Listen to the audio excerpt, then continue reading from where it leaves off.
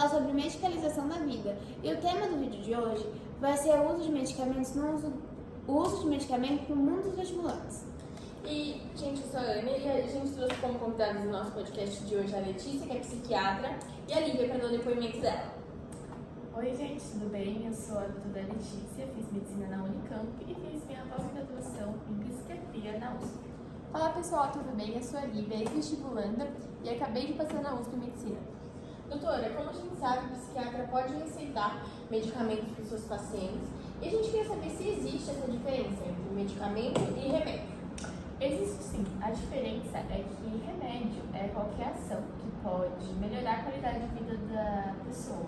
Vamos supor, sair, viajar, ler um livro, fazer esporte, são coisas que vão melhorar a qualidade de vida das pessoas. Já o medicamento também melhora a qualidade de vida das pessoas, só que são substâncias químicas que são manipuladas para melhorar a qualidade de vida das pessoas. Normalmente elas são encontradas em drogadistas, no caso são as farmácias.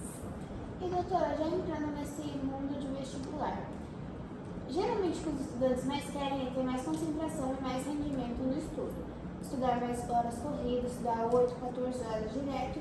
E tem algum medicamento que é procurado para isso? E se é especificamente para isso, para vestibular, ou eles usam algum medicamento para outro problema, alguma coisa? O medicamento mais procurado, eu acho que concentração para vestibular é a Ritalina, que são um medicamento que muitos vestibulantes, vêm no consultório para procurar alguém que receite, porque normalmente eu não receito. Daí eles perguntam, mas você conhece alguém que receita? Mas é a Ritalina esse medicamento. Eu, como ex-vestibulanda, tenho propriedade de falar sobre esse remédio. Gente, esse remédio é uma coisa que todo mundo tem. Eu conheci, porque é muito difícil você chegar na farmácia com a receita, porque muitos psiquiatras pensam igual a Letícia e não receitam. Eu consegui o remédio a partir de um colega meu chamado Guilherme, que fazia parte do cursinho comigo, que ele me forneceu o remédio dele, porque ele tinha TDAH e ele deu pra mim, para alguns meus colegas do cursinho. As pessoas que também faziam cursinho com vocês, todos os grupos tinham uma pessoa que sempre tomava ou não? Era mais comum só entre vocês? Era mais entre nós, porque a gente meio que dividia pelo resto do grupo. Então, assim, alguns tinham medo de tomar, porque alguns tinham problemas realmente cardíacos, alguns não acreditavam, achavam que era coisa da nossa cabeça, mas eu falo pra vocês com propriedade. O remédio é ótimo, o remédio funciona. O problema não é o remédio. As pessoas normalmente atacam a Ritalina, mas o problema não está na Ritalina, o problema está em nós vestibulando. Que a gente não usa uma, a gente usa 2, 3, 4 e 5, que foi o que aconteceu comigo no dia do vestibular. Hoje eu tenho 21 anos e eu comecei no cursinho com 19. Eu só não passei direto porque eu tomei 5 pílulas de Ritalina antes de fazer a prova. No dia eu passei mal e não consegui fazer a prova. E você sentiu, entre esse período de tempo de 3 anos, que você ficou entre um vestibular e outro, você sentiu algum efeito colateral da Ritalina? Atualmente eu tenho efeitos colaterais como muito estresse, ansiedade, dor de cabeça, que eu acho que é mais pela dependência do que pela Ritalina em si. Eu tenho colegas que também prestaram cursinho, que eles ficaram, eles desenvolveram TDAH por conta da Ritalina. E pra você, doutora, no consultório, chega os mesmos sintomas que a Lívia citou ou pode vir alguma coisa diferente? Sim, chegam normalmente sempre os mesmos efeitos colaterais. Um efeito colateral que ela não citou, que também já chegou para mim, é que ele afeta o sistema neuromotor. Não é igual causa dependência, igual ela disse, pode já adquirir o TDAH e caso você tome na dosagem errada e você tem o TDAH, o seu TDAH pode aumentar por conta disso. Meu colega Guilherme, que tinha TDAH, ele também, no dia do vestibular, também aumentou e no fim piorou o TDAH dele. Ele precisava de um remédio para concentração, para conseguir fazer a prova, só piorou, ele não conseguiu fazer, ficou totalmente desnorteado, também teve que desistir da prova. E doutora, você não aconselharia então de maneira alguma para nenhum vestibulando que não tem o TDAH, que não tem o TDAH, você não aconselharia de maneira alguma tomar nem pouca quantidade da Ritalina? Não, eu não aconselharia porque eu acho que realmente só quem necessita tomar Ritalina é quem fez o tratamento e tem um laudo que tem TDAH ou alguma doença que precisa tomar a Ritalina. Caso assim, não. Até as pessoas que realmente têm esse laudo e tomam a Ritalina da dosagem errada, eu acho isso preocupante porque isso pode causar alguns problemas. Mas eu não aconselho porque eu acho que isso pode causar muitos efeitos colaterais, pode causar vício e eu não aconselho. Na prática, a Ritalina é uma fonte de problema.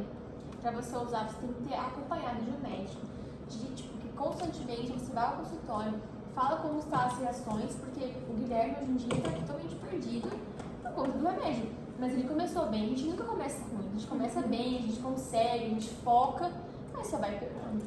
A dosagem se dá por conta do nível do TDAH que a pessoa tem, ou do nível do TDAH que a pessoa desenvolveu? Isso, a dosagem se dá pelo nível de TDAH que a pessoa tem. Quanto mais alto o nível dela, mais alto tem que ser a dosagem. Porém, são casos e casos, né? Tem pessoas que às vezes é muito alto, só que se tomar meio comprimido já resolve. Tem pessoa que tem que tomar tipo 2 de uma vez porque não resolve. Igual a Lívia. A Lívia, ela foi no meu consultório me procurar, que ela queria que eu receitasse a Ritalina para ela. Daí ela me explicou que era para receitar no vestibular e tal, tanto é que eu não receitei.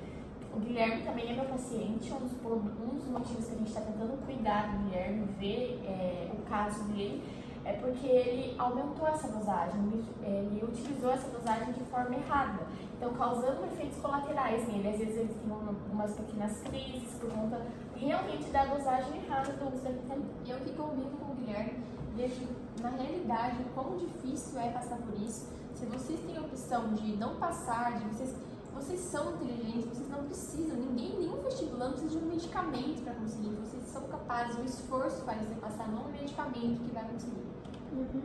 E doutora, tem, pelo jeito que a senhora disse, tem médicos que receitam isso ou que são comprados a receita e eles se deixam, levar e receitam o medicamento? Tem sim, igual eu falei pra você, é de caso em caso e é de médico para médico. Cada médico tem sua opinião, não julgo quem faz isso, só que eu não faço. Tem realmente médicos que vendem receitas falsas, que vendem atestados, vendem muitas vezes o medicamento também para a pessoa. Muitas vezes o médico vai lá e compra e vende esse medicamento para a pessoa. Isso eu não aconselharia, eu não faço, mas é do médico para mim. Acho que as farmacêuticas, quando a gente não consegue uma receita, eles olham pra gente, falam, dá pra ver, a gente vai com camiseta no cursinho, fala, você é vestibular, repara na gente, você é muito novo, é isso mesmo que você quer, essa receita aqui é sua, e muitos batem.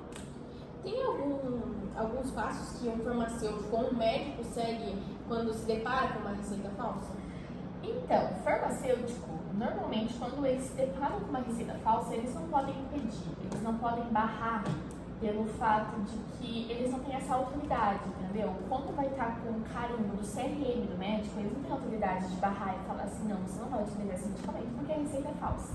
Ele não tem como comprovar realmente se é falso ou não, então ele não tem esse poder de barrar, só que normalmente eles vão acompanhando o caso. Se a pessoa conseguir uma vez, ela vai voltar para pegar o medicamento sempre na mesma drogaria. Um colega meu, ele entregou a receita farmacêutica, o farmacêutico não reagiu de forma mal, não ligou pra polícia, não constrangeu meu amigo, ele apenas mandou ele pra casa que não tinha aquele remédio ali. Eles não falam que não vão dar porque sabem que a receita é falsa. Eles falam que, beleza, tem, que um dia eles podem voltar. Muitas vezes eles dão remédio, só que se eles veem que acontece a segunda, terceira vez, faz igual a Lívia falou. Eles falam que não tem medicamento e não vendem medicamento. Então, o principal remédio é a Ritalina. Além dela causar esses efeitos colaterais que a Lívia disse, da ansiedade, da dor de cabeça, isso é por conta do vício que a pessoa desenvolve nesse remédio, certo? Isso. Tudo isso acontece também pela forma da dosagem errada. Quanto essa pessoa tomar uma dosagem inadequada, vai acontecer isso. E pela dependência que causa. Eu acho que a coisa mais ruim mesmo da Ritalina é a questão da dependência, sabe? Não é nem o remédio em si, porque ele em si é bom, mas a questão da dependência, o pós-dependência, se livrar disso é muito complicado. Sim, tanto é que muitos pacientes, eles me procuram porque eles têm o vício, querido, não, e eles não conseguem sair. Eles falam, doutora, o que eu posso fazer para tirar esse vício de mim? Normalmente eu aconselho a pessoa, vamos supor, criar outro vício.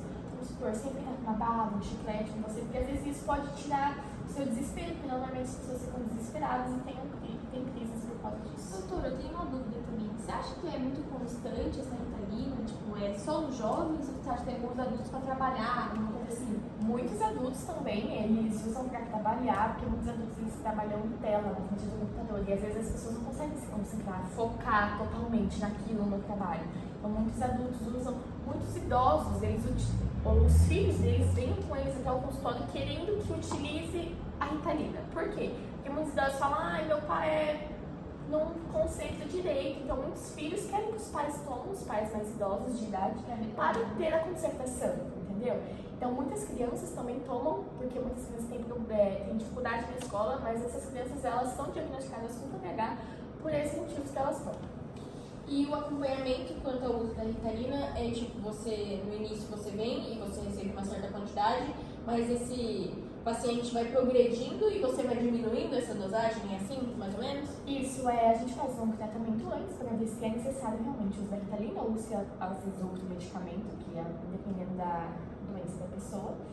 E o paciente, a gente vai fazendo acompanhamento. Daí, a primeira consulta foi laudado que ele realmente precisa tomar a Ritalina. Então, eu vou lá, passo a Ritalina, tipo assim, metade do comprimido. A gente vai acompanhando o paciente, vai, querendo ou não, todas as vezes, quando a gente está nesse processo de tratamento, eu faço sempre uma videochamada, uma vez por semana, para ver como que foi essa semana, se ele tá bem, se não. Daí, normalmente, às vezes, dependendo da crise que o paciente tem, se não tá nada bem, eu receito sempre por online. Mas caso tá tudo bem, aconteceu tudo certo, a gente vai modificando para o paciente. É tipo um tratamento personalizado.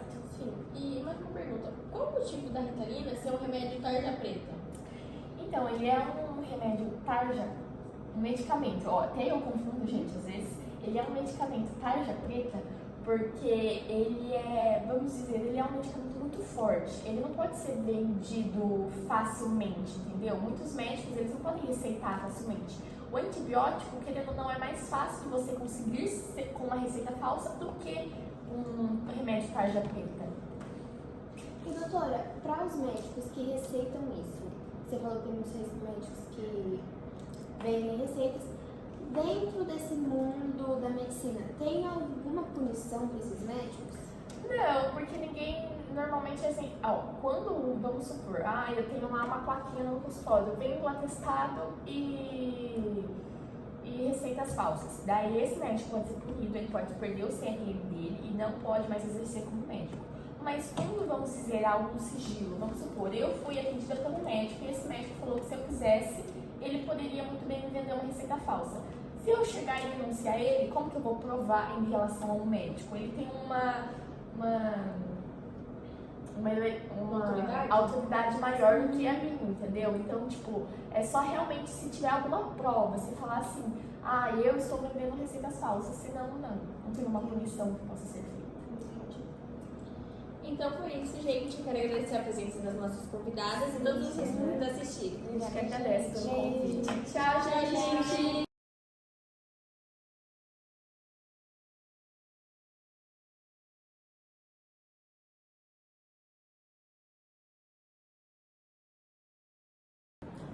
Olá pessoal, estamos aqui no podcast Fala Amiga, na nossa série de episódios sobre medicalização da vida e nosso tema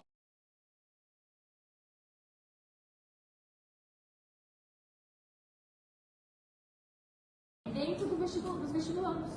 O episódio 11, eu sobre hoje. Boa tarde, gente. Boa tarde, não.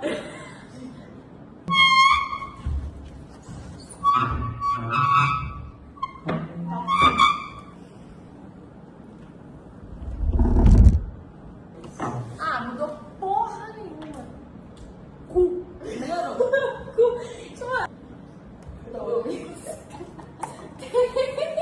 Não, é tipo assim, se quando ela fala oi, todo mundo fala